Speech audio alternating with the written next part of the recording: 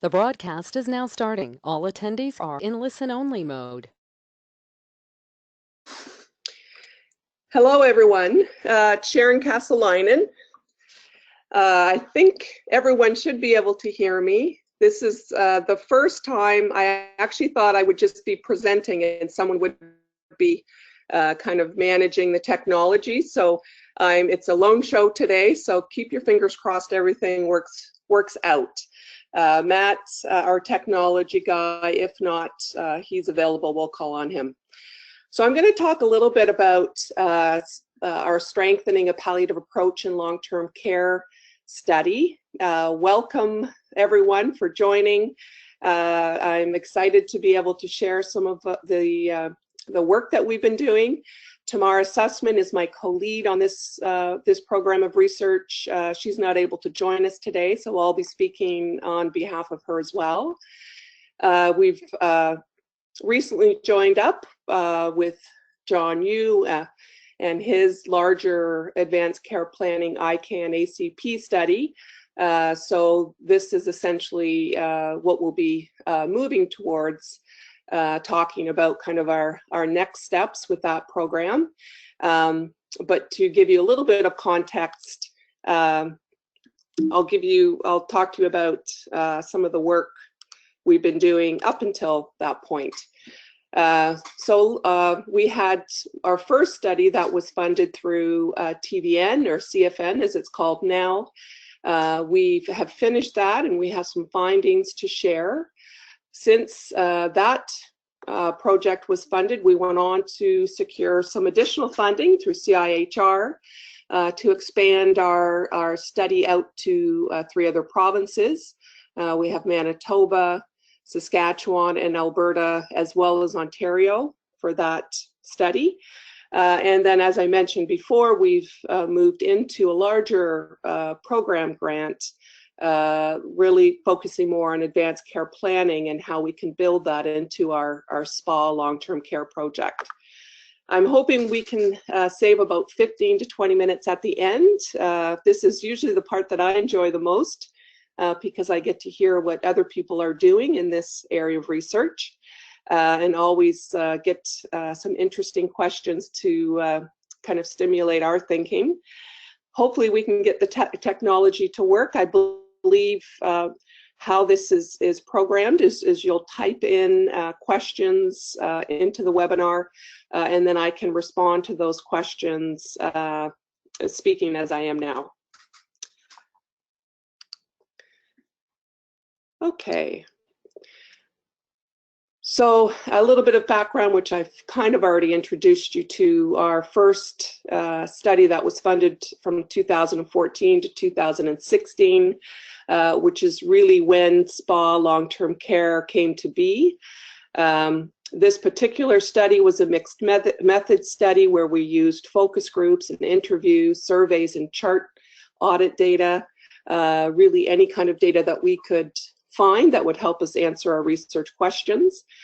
We had 4 long-term care sites that we considered our cases, and we really wanted to look at, really looking from the ground up, how we could build this program and implement it within each of these cases. And we purposely chose these long-term care sites because they were very diverse. We had profit, not-for-profit, some fairly stable homes in terms of administrative turnover versus not so stable. And we also had a small home and a larger home, and then medium-sized homes. So these were our original SPA long-term care core components. I'll speak to each of these a little bit more in the slides that are coming, but you can see essentially that large blue circle really is the long-term care home itself. And consistent with participatory action research, we saw ourselves, the research team, and we assembled an advisory board, as well as some community palliative care consultants. We really saw ourselves as supporting the long-term care home and really helping them build this program into their current practices. So the first job we had was really to work with the homes to help them assemble a palliative care champion team. So this is very consistent with any kind of implementation science, with the implementation science literature, where you really need this advocacy group on site, not the researchers, but the healthcare providers themselves that work there, and the other staff respect and are comfortable with, and are kind of the natural leaders, tend to be more enthusiastic about the research study. And we wanted to make sure that it was interdisciplinary, because we know in palliative care, an interdisciplinary approach is very much needed. So this champion team really was, I would say, one of the very core components of the program. And we've gotten to know the champion team members very well. We work closely with them, and they tend to be kind of the interface with the research team to the long-term care homes. And essentially, once we're able to build their capacity up, we could step away and not be involved as much as we were initially. Comfort Care Rounds is a concept that emerged in Ontario here with the palliative nurse consultants. I worked closely in some of my previous work with Mary Lou Kelly and Mickey Turner, who was a palliative consultant, really trying to bring these external consultants into the long-term care home to provide some education and support for long-term care staff. There really traditionally isn't a lot of palliative expertise within long-term care staff, so this is a way to help build capacity and help improve resident care. So their paper Abby Wixon Griffiths has published really that spoke to how well these comfort care rounds were run, some of the barriers. Essentially, time commitment, pulling staff off the units was one of the main barriers. We're now moving more towards what we're calling a huddle, so a less formal comfort care round, whereas you just gather staff that are able to come to the nursing station and just have a few minutes to kind of debrief about resident deaths or reflect on current issues related to residents declining. The palliative performance scale, when we first worked on getting this proposal together back in 2013, 2014, this was really the only tool that we could find, and there was some literature that supported its use in long-term care. It's Canadian made, it was developed out in Victoria. So we chose this because we knew that we needed, staff needed a trigger, some way to kind of trigger their thinking that a resident is declining and the care for that resident needed to change, and some decisions needed to be made at end of life. So this was a tool that we used. Staff actually found it helpful. There were certainly a lot of things they didn't like about it.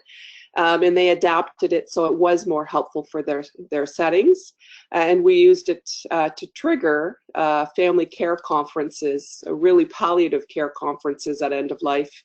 The PPS score we put down as a 30% originally. We ended up moving it to a 40% because we wanted to capture people not so near to death. And then we organized a family care conference to bring staff members, families, residents if they were able, including the physician and personal support workers, to gather around, have some discussion about, what are some of the wishes and goals for care at end of life, and some of the kinds of care planning that they were hoping to receive. It was really interesting to see some of our data over the course of these family care conferences, how we had some research staff sit in on them, and over the course of the conversation at the end, family members were definitely at a much better place, were more comfortable, felt more informed, and more satisfied with care. And the end of life conference, so this is something we borrowed from Deborah Parker in Australia, who had really developed the process for these family care conferences. And included them in her toolkit that was rolled out across Australia. So there's a video, and if you look at the bottom of the slide, it's on YouTube, so you can access it. We used it for training staff so they could get a sense of what a family care conference would look like. Deb has used it to help educate families as well, so they know kind of what to expect before coming to a family care conference, some of the kinds of discussions that may occur in a family care conference. And it's really a nice video, 5-minute video, but captures the essence of what a end-of-life family care conference will look like. One of the things that we developed over the course of our TVN-funded study, out of our what we're hearing from the staff, was that families and residents wanted more information about what to expect across the life trajectory in certain illnesses. So Tamara really led the development of these pamphlets. We worked with some very skilled students as well to help us build them. It went through, I think, probably 10 iterations. We involved experts as well to help us really make sure that what we were presenting was accurate and meaningful for families and residents. These are posted, if you follow this link, they're posted on the CHPCA website. They're available. We've kind of customized them for our larger CIHR grant so that the resources and the information are province specific. So we have specific ones for Ontario, Alberta, Saskatchewan, and Manitoba, given the resources that are local within those provinces. Where we also worked on developing some bereavement pamphlets. These aren't as far along. We still have some work to do with these, but this is on our agenda to work on over the next year, and certainly within our CIHR Physy grant. Similar kind of concept of providing some information, a list of resources, local resources and national resources, and the kinds of questions that family members or residents can ask healthcare providers, in a way giving them permission to ask some of these questions in the right words to use it.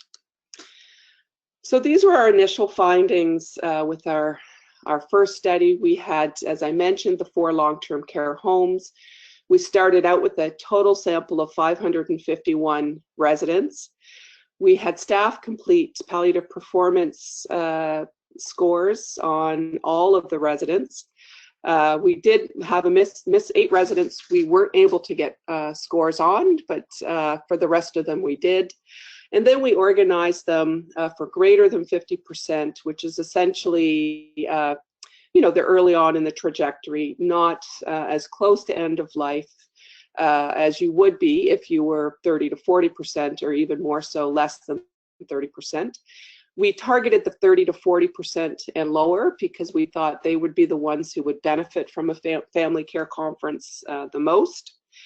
And as you can see, that represented 20% of our population, or the number of residents we had a score between 30 to 40%.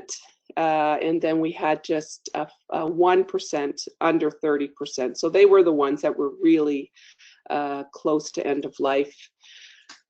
We have a diagram here so you can see how many residents we were able to enroll in the study, how many went forward and had family care conferences, and then again, how many of those residents who had the family care conferences or didn't have them in time passed away. It's interesting to see that for PPS scores between 30 to 40%, they tended to live a little bit longer compared to the PPS scores of under 30%, where they died anywhere from 2 days to 2 weeks after having a family care conference. So we did publish a few papers for those people interested in getting more details about this study. Tamara led a paper that was based on the qualitative focus groups and interviews that we held at the very beginning of the study. and there's a reference there that you can access it. I don't believe it's online, but if you need help finding that, feel free to email either myself or Tamara. Essentially, what these focus groups, what we are seeing is the way residents and families conceptualized comfort. They really saw comfort as a very holistic concept, and often didn't speak about dying, but they framed it within this concept of comfort at end of life. Talked a lot about their wishes and fears at end of life, and how their experiences with the long-term care home and the way they had experienced their life trajectory, particular at end of life. One of the themes that we did hear coming through was residents saying how they didn't have a chance to really grieve the deaths of other residents. And often it was kind of hidden in the long-term care home, where residents would have preferred to acknowledge the death and allow themselves to go through the grieving as well. So this was one of the main findings that we found, and the whole essence of wanting to honor a death, honor a resident's life within the long-term care home came out very strong in this paper. We also, I led a paper looking at our survey data, so we looked at differences across healthcare provider groups, so those being support workers, nurses, managers, and then registered staff as well. And what we did find, we had a fairly good response rate, which was great. A lot of staff completed the survey. And we found that support staff, so the dietary, housekeeping, really had were significantly less comfortable with talking about end of life and felt they needed more training in order to engage in any kind of conversation with families or residents about end of life issues with a palliative approach. And given, they're often the ones that family will come to with questions or, want to talk about some of their concerns, we felt this is a very important gap and one of our goals to work on in our next phase of the study. We also looked at, so this was kind of an interesting, I thought it was interesting anyways, what we did with our baseline chart audit data. So we went across the 4 homes, looked at ER admissions or ER transfers, hospital admissions, and hospital deaths. And we compared that. So we had each of the 4 homes had their own set of data. And then we also had our mean or an average across the 4 homes. And we had a 1-page handout. We took that data back to the home and talked with the champion teams about their perceptions of how they saw their data. So some of the homes had higher ER transfers than other homes, or the average. And we had them reflect on why they felt that their results may be different than the average. And it really was a nice quality improvement activity, but essentially found, so this is the data here, but essentially we found, the homes actually were very receptive to this, even the ones where their chart audit data really didn't look as great as they had hoped it would, but they were very receptive to it and really quite enthusiastic about trying to find ways to improve their chart audit or their ER admissions and hospital deaths for the end of the study. Some of the key things we found, certainly the one site that had very low ER transfer talked about the clinical expertise that existed within the home. They would rely heavily on a nurse practitioner that they would bring into the home to help them with difficult situations, which essentially precluded them sending residents to the ER. They were able to keep them at home. A lot of discussion around communication and engagement with family as being one of the reasons they would send residents to the ER, because that's what families wanted. It makes me think perhaps if we had some of these discussions earlier on, that perhaps families would be more comfortable with having residents stay in the long-term care home if they felt more prepared when that kind of crisis situation hit them. Another paper led by Pamela Durapo. She's a PhD student. She looked at the family care conferences and some of the content and processes. So as I mentioned, we had, for most of the family care conferences, we had staff attend to take field notes. We also had some special forms that we used that are adapted from the work that Deborah Parker had done in Australia. So we're able to look at those forms and kind of analyze the data that we were seeing. What we did find, partly due because of the family care conference forms, we were able to kind of prompt staff to look at needs and goals of care in a very holistic manner. So not just looking at physical needs like pain, but we're also able to look at some spiritual and psychosocial needs, and they were well covered in the family care conferences. The forms really provided a way to document some of these goals of care and wishes for residents and families, and these forms were in the chart so staff could see them. Interestingly enough, we found there was quite a few of the residents who had family care conferences. The large majority had dementia.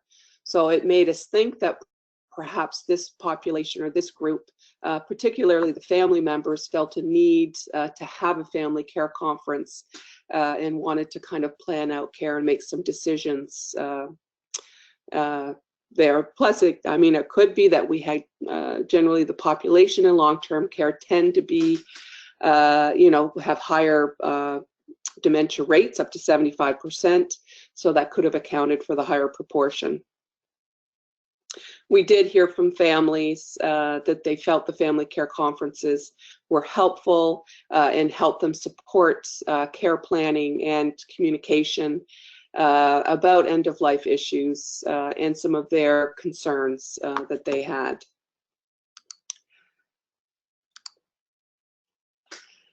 And this is probably, I think this is one of our last publications that was just published. I believe this is available online. I'm not sure if it's actually available yet, but it should be soon.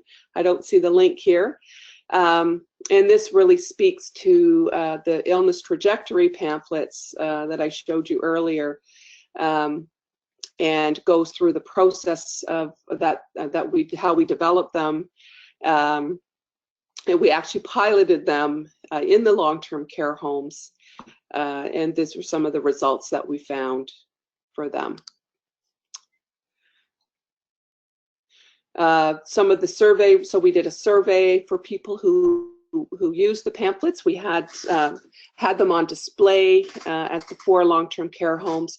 We also asked staff to provide pamphlets if they felt a family member or a resident would be receptive, and they would take the initiative to give the family member a pamphlet. And then we had family members, we asked them and residents to complete a very short survey to see what they thought about the pamphlets and if they were helpful. So you can see here 84% felt that the pamphlets helped encourage reflection, made them kind of think a bit more about their family member, where they're at in their trajectory, some of the things, some of their concerns, help validate some of their concerns and help clarify what to ask. So there are questions that were worded in the pamphlets to help family members ask these questions that they may have not been able to kind of think of until they saw them listed in the pamphlet. And they found 63% said that it increased their comfort with end of life within a palliative approach. Some of the barriers, there were some concerns for residents and families that some of the pamphlets may help trigger some emotionally unsettled feelings, maybe family members, and that's why we purposely had staff choose the families and residents they felt would be comfortable, because we didn't want to give pamphlets to someone whose staff felt weren't ready to have some of these conversations or start thinking about some of these issues. So our second study, our subsequent study to our TVN funded one, it's called the Partnering Together to Improve Palliative Care and Long-Term Care Homes. You can see we have a very large team. We were able to get some co-funding from provincial partners as well. Lots of enthusiasm for the project, and a great deal of support from each of the provinces to implement this program. So these are our provincial site leads. Lynn McCleary and myself are the two Ontario leads. Tamara is, well, she's situated in Montreal, but her sites are actually in Toronto. Abigail with Wooks and Griffiths, as well as Paulette Hunter in Saskatchewan, Genevieve Thompson in Manitoba, and Lorraine Venturato in Calgary. So each of those really led the provincial hub for implementing SPA long-term care at one long-term care home, and really help leveraging some of the external resources and networks that existed within their local community. So our goal is to kind of ramp this up and spread the program to more homes now that we have the program a little bit more well-defined and some resources developed to share. Here's the map in case you didn't know where all of the provinces were. And we did revise our SPA long-term care project a little bit, partly because of some of the work and the learning we did in the first round. So here we actually have the illness trajectory pamphlets that we're able to share at the very beginning of the study. And we're really framing that as more to start advanced care planning discussions, or provide some information for families and residents to start thinking about advanced care planning. The bereavement follow-up, we have the pamphlets that we're hoping to develop a bit more and share. And then the end of life family care conferences, keeping them moving ahead once they're triggered with the PPS score. So in Manitoba, it's been quite interesting to see how each of the local communities have different initiatives already going or starting to go. So this is the nice thing about having a cross provincial project. We can learn from one another and see, you know, what things people are doing in certain provinces and how we all might be able to share those. So in Manitoba, they have a comfort care cart and a memorial board that they use in their site. They've had a very good response from staff. They have a champion team set up and really moving ahead with their site in Manitoba. And Ontario, they've had the added advantage, I guess, of having LEAP long-term care training. We had a 2-day training session. This is one base, you know, given it's a participatory action research project, this is one of the things that emerged from this particular site was that they wanted to have some formal education around a palliative approach.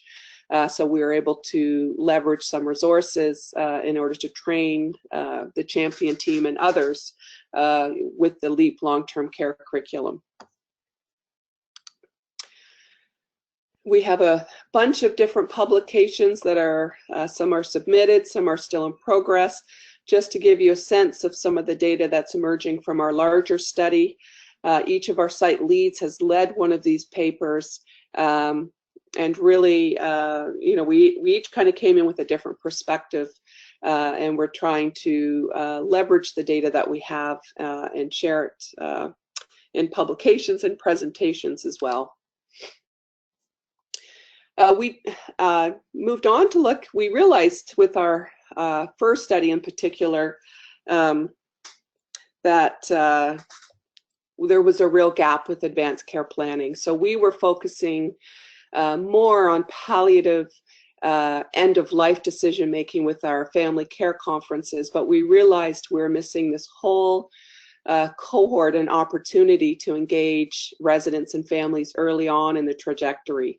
We were finding by the time we reached them with the family care conferences at the end stage, there wasn't a lot of time to have some of these discussions, and families were in crisis mode and really had some difficult decisions to make. So one of the goals was to kind of ramp some of these discussions back, and so that's been really the focus over the last year or so, is how to have these advanced care planning. What kind of education do we need to have for staff? We are hearing from our champion teams that they really lack knowledge about what advanced care planning meant.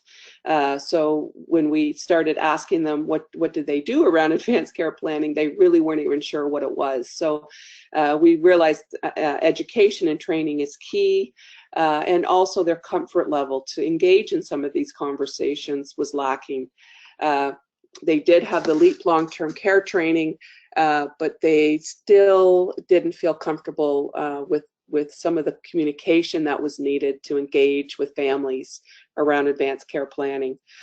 Certainly in long-term care, always an issue with time constraints. They're very busy, and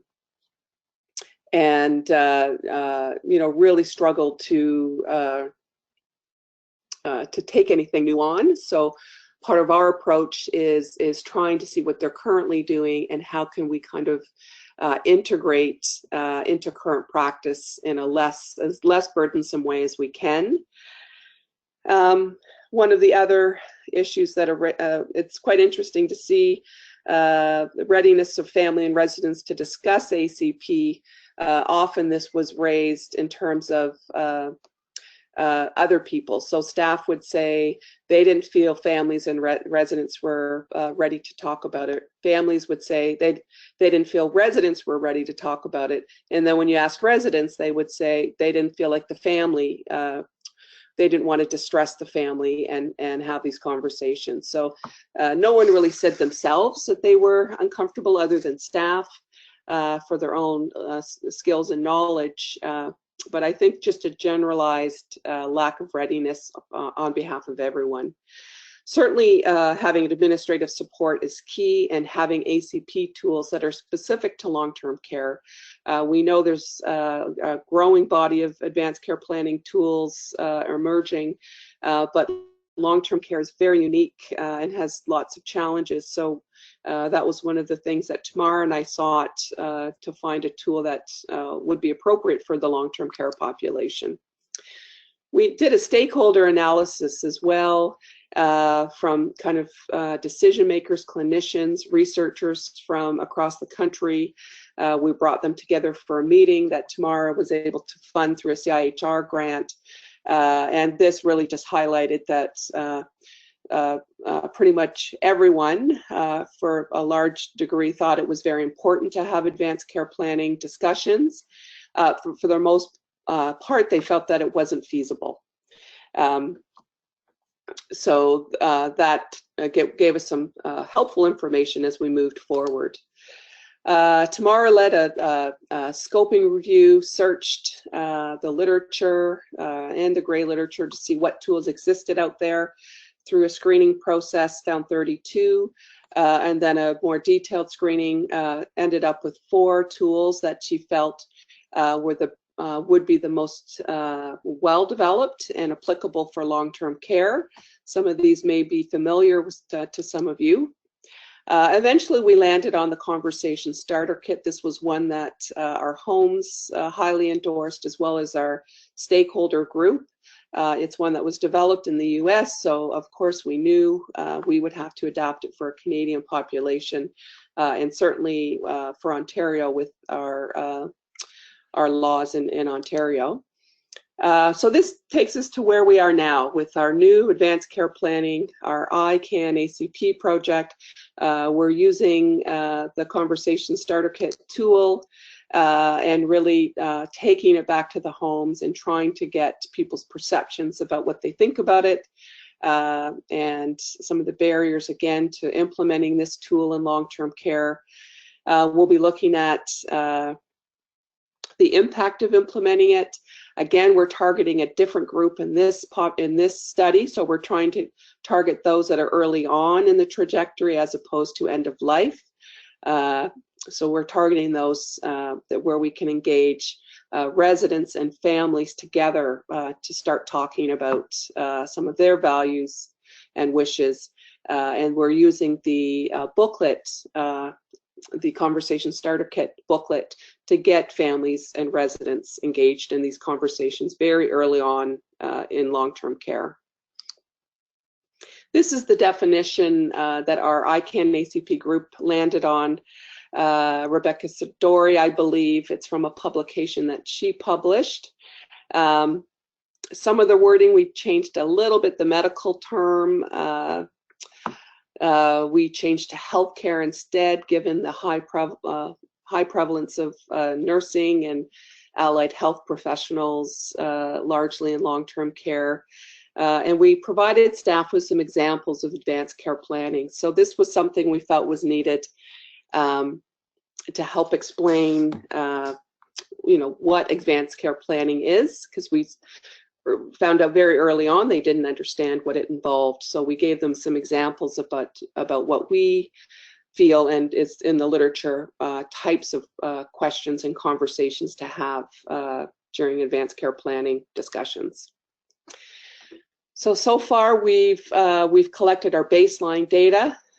We have 4 homes. We've done focus groups, interviews with pretty much every group that we could find. In this study, we actually accessed, one of our homes has a high public guardian and trustee population. So I believe about 70 to 80% of the residents were homeless before they entered long-term care. So what we found in our previous study, having family care conferences, it's hard to do when there's no family there. So we're now working with the public guardian to find out how we can help support these residents to ensure that they have an opportunity for advanced care planning and that we respect their wishes and values at end of life. So we're still in the process of analyzing this data. We do have a staff survey that's out, and we should have all of the surveys back, I believe, in a couple of weeks, and then we can move on to doing that analysis as well. So current work, completing our baseline data collection.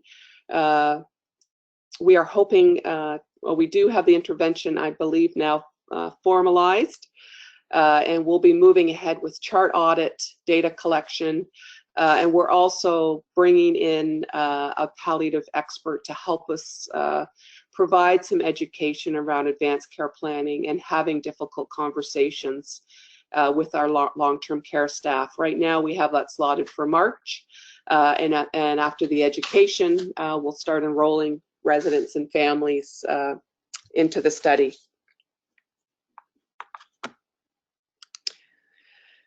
So these are the, for those of you interested in the Conversation Starter Kit booklets, they are online through the Institute for Healthcare Improvement.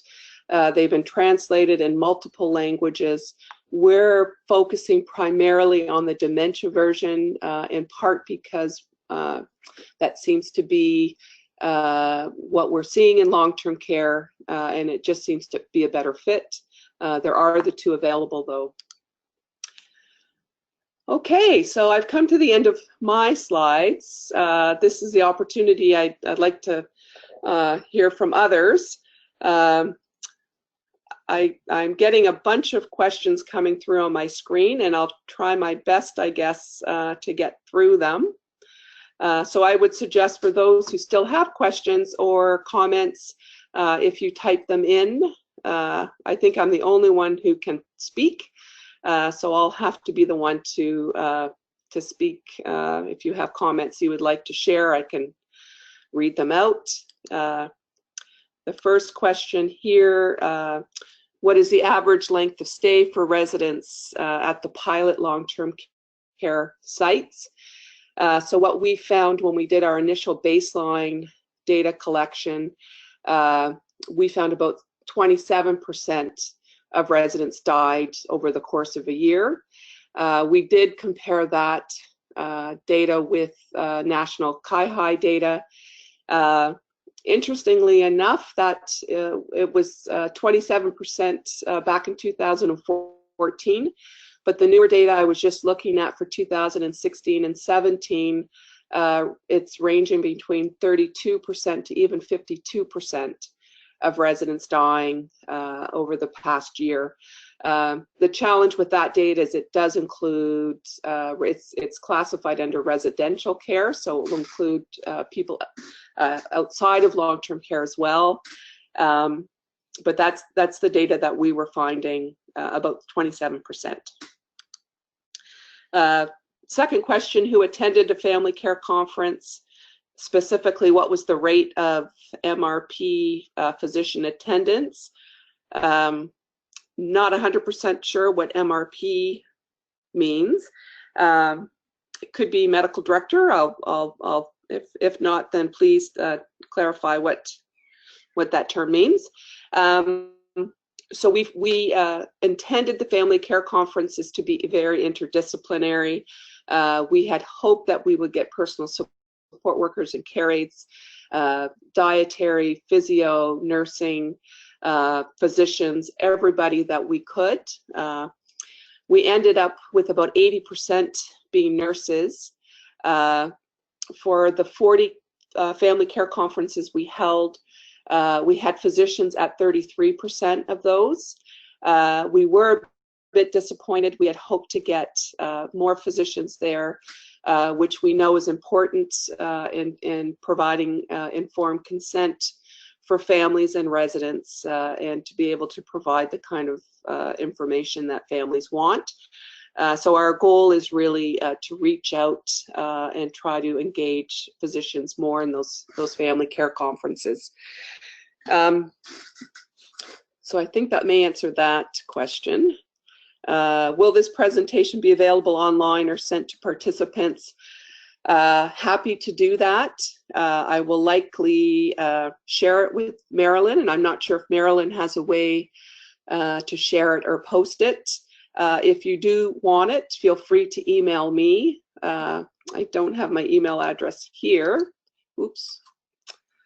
Let me just see if I can.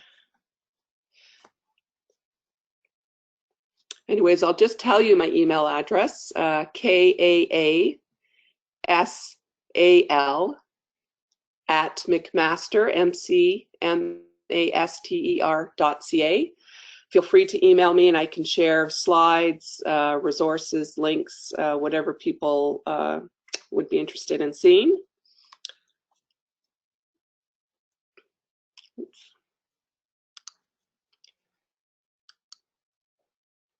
I'm having a hard time seeing if there's any other questions down here. It looks like, oh, where can I find the 4 tools that came for the systematic literature review? So we can, I'm just trying to think. Most of them are online. So the Speak Up, you can get through the CHPCA website. If you just Google Speak Up Advanced Care Planning, you'll find it. There's an Ontario-specific Speak Up version, and then there's, I'm not sure if each province has their own version, but I know there's different versions depending on which province. The Conversation Starter Kit, as I mentioned, is online through CAI. I believe if you just Google these, you will likely find them. The Go Wish card game, it's accessible online through a website from California. If you have a hard time locating that, again, feel free to email me. You can buy the cards. I've purchased a couple decks. They're not cheap, but there is an online version of the Go Wish card game that is free to use. So hopefully that's helpful for you to access them. Can you share the links from your presentation? Any plans to develop local resources for BC? So again, those, once we share the presentation, you'll have access to those links. We just checked them. They're still functional, so you should be able to access them through the slides. And we're working with Susan Brown in BC right now. She has the pamphlets, and I believe she's working with a group within her region to adapt them for BC. So they are, yes, they should be ready hopefully in a month or so. We also have someone in Yellowknife adapting them for Yellowknife, trying to make them more kind of regionally helpful. How many residents died within 6 months who had PPS of more than 50%? That's a great question. We didn't actually track that. I could probably go back to my data and look at it. It was timelines were tricky to work with our original study, partly because the homes, we're working with them to try to get the intervention up and running. So some of the PPS scores were actually a bit older by the time we had the family care conferences, but we can track that. Generally, and we focus primarily on the ones that were under 50% because that's the cohort for our first study that we're interested in. For the new iCAN-ACP study, we're actually focusing more so on those above 50%. So hopefully in a year or two, I'll be able to answer your question with that study. Okay, thank you. Thank you. MRP is most responsible attending physician. Okay, so the attending physician. So those, how I answered that question, it was really, for the family care conferences, it was the attending physician who attended the family care conference. And now, or in these homes anyways, we have less family doctors than we used to have in a long-term care home.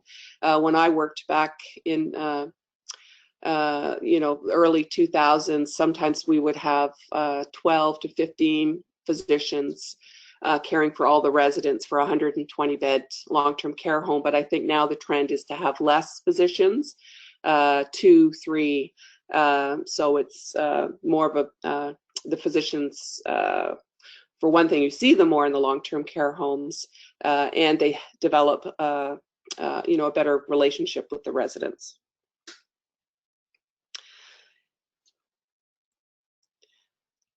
Yep, so we definitely need to share the slides and the links. Marilyn, getting lots of requests for that.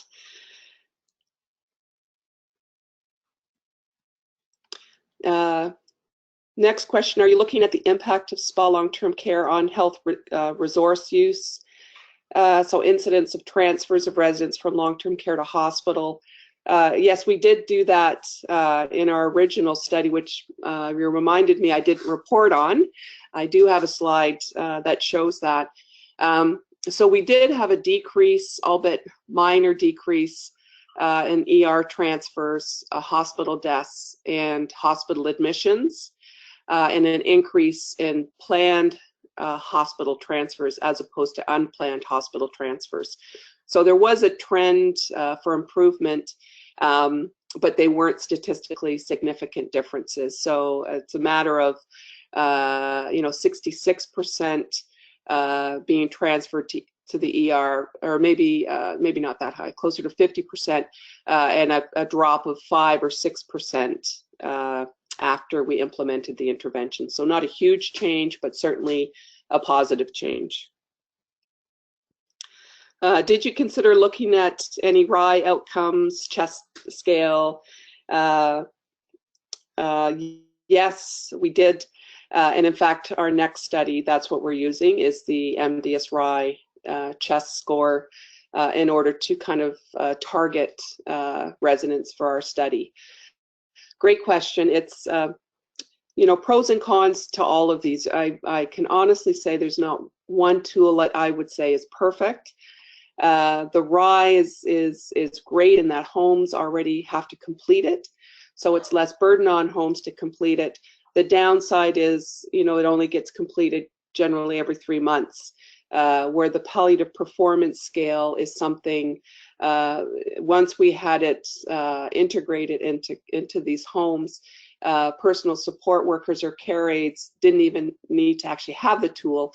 They would just say, okay, they would see the resident and just in their head say, they're at a 40%. So there's pros and cons. I think maybe a hybrid of the two might be good, or maybe, look at developing a new one. I know the other one that I'm interested in is the SPICT tool that was developed in the UK and Scotland. And it's actually, it has some of the components of a PPS where it looks at functional decline. And it has kind of condition-specific indicators of decline, and also includes the surprise question. So would you be surprised if this resident died within 6 months? So that's another tool that I'm quite interested in, and I know some of you probably are using that tool. It's from the UK and being used widely there. Great. Well, we're at 12:58 and good timing. I've reached to the thank yous in the comment section. So it looks like I've managed to get through the questions as well on time. So Marilyn will be happy with me. Okay, thank you everyone for joining. We will work our very hardest to get the slides and the links to everyone. But again, if something happens and we're not able to do that, please feel free to email me or Tamara. We both would be very willing to share whatever we can with you. Thank you.